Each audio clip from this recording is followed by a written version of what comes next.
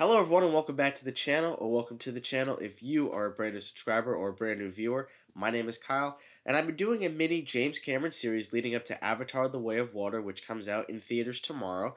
And now we are finally at the end of this series by talking about the original film from 2009. In the future, on a distant planet called Pandora, a paraplegic named Jake Sully, played by Sam Worthington, who has taken the place of his dead brother, links into an avatar, and after a series of events with being insinuated into the Na'vi culture, he must decide where his loyalties really lie when the military has other plans. There are certain movies that are absolute milestones, and I've heard many times in my life about people who saw Star Wars for the first time when it came out in 1977. The first big mega movie that I can really remember was Avatar. The reception of this movie was so infectious that everybody just had to see it. And everybody did see it. And despite the reception and all the great things I was hearing, and my mom went to see it and she wanted to go see it again, and the fact that I had recently watched The Terminator for the first time, I wasn't really excited to see this film back when it came out. I was about 11 years old when it was released, and when I eventually did see the movie, it was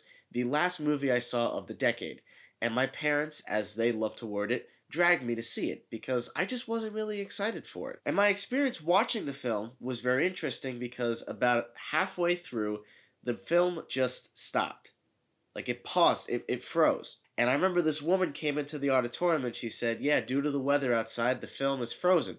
So you guys can have a little intermission until we figure out how to fix the problem." So when the movie finally ended, we all walked out of the theater and my parents looked at me and they asked me what I thought of the film, and I looked at them and my response is something that's become very iconic to them, and it's a response that I've used quite a few times. And I said, "It was creative." And that was it. That's basically how the movie is viewed today. Like, it was creative, it was entertaining, but overall it was fine. I had rewatched it a couple of times at home, but I hadn't seen the movie since I was in high school, so it had been a very long time, and I did need to rewatch it to get ready for this review. And I also wanted to rewatch it because I was thinking, you know what?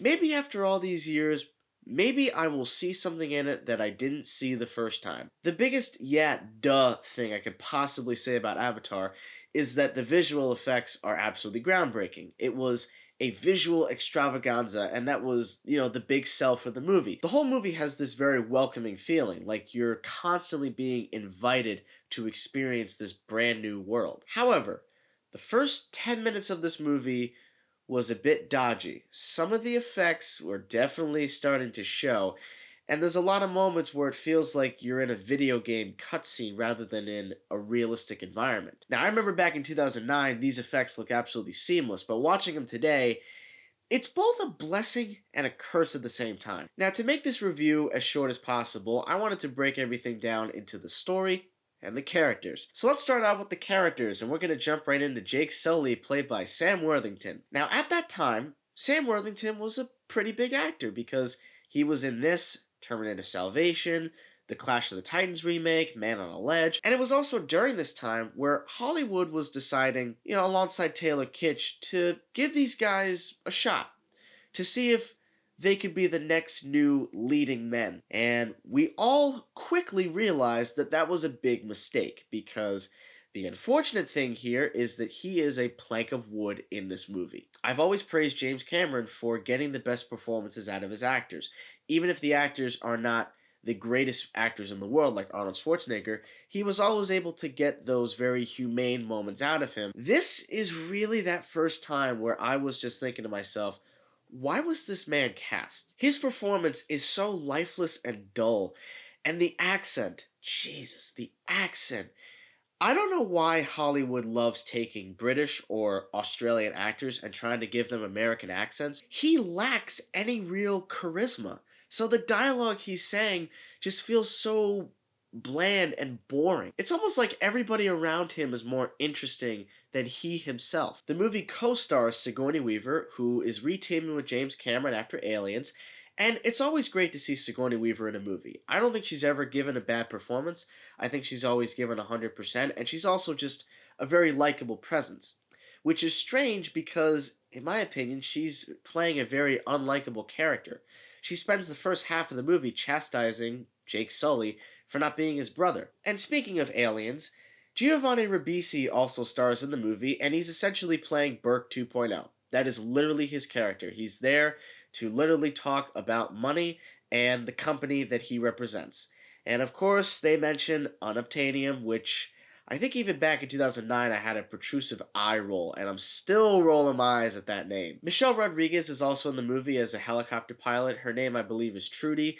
I enjoyed her. She's basically playing Michelle Rodriguez, but if you're a badass, then why change that sort of dynamic? So she fits right in. Now, the real legend of this movie is Stephen Lang as the Colonel. He is essentially like if you took Rourke from Atlantis: The Lost Empire and brought him into the future. That is literally what the character is. And he is excellent in this role. He definitely bulked up, so his physicality is perfectly on display the whole time. And he has a great attitude to himself. He is always persevering. That man does not give a damn about other people's safety. I find him so much more entertaining than Jake Sully, especially with the fact that he's got a scar on his face, presumably from a member of the Na'vi, on his very first day of active duty on the planet. That is awesome. I wish they developed him so much more. So let's tap a little bit more into the story. And to do that, we will have to talk about the Na'vi in the film. And to me, when we get introduced to Neytiri, played by Zoe Saldana, that is where the movie gets good. Because up until that point, there was a lot of talking and just not a lot of real action. I think she is terrific in this movie. And honestly, Zoe Saldana, I think, has the best agent outside of Robert Downey Jr. because in 2009, she got to be in this movie, which was the highest grossing movie of the year and of the next decade. She also got to live her lifelong dream of being in Star Trek. And then 10 years later, she gets to star as Gamora in Avengers Endgame, which then became the highest grossing movie of all time. That woman must be swimming in Benjamins, and she must be loving it. I also like the character of Sute.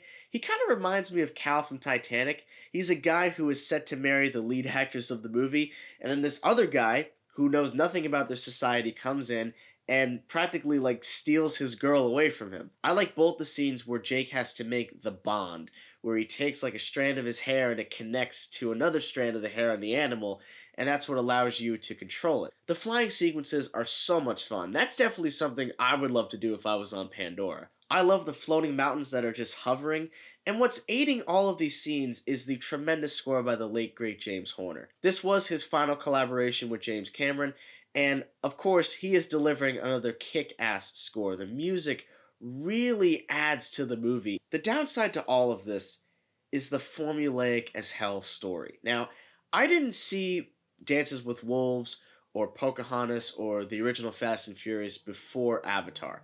So there were certain aspects of the movie that did feel original. What I'm really talking about is specifically the military plotline and the idea of a guy who has to lie about who he is and what he's doing, and eventually it's going to come out in the open, and when it does, they're going to hate him, but then about 20 minutes later, everything's going to be cool, he's going to be brought back with open arms.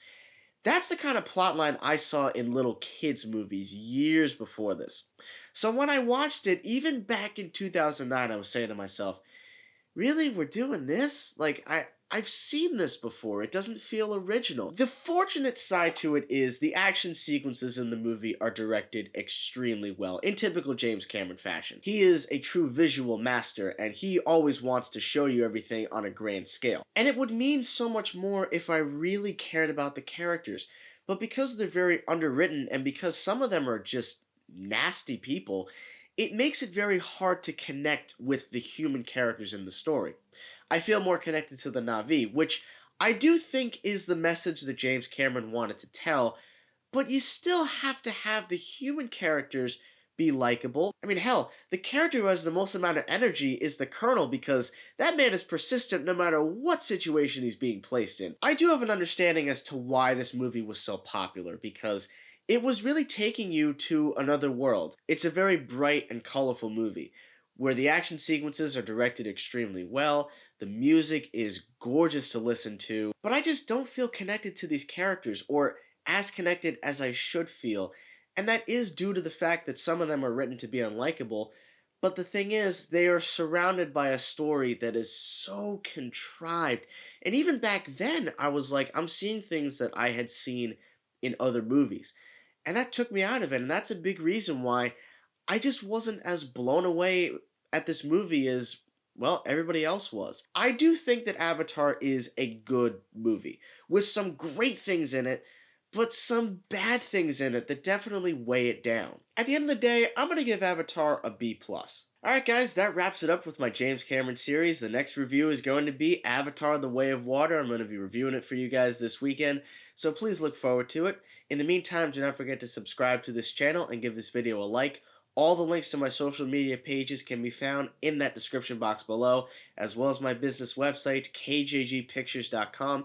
The link is also in the description box below.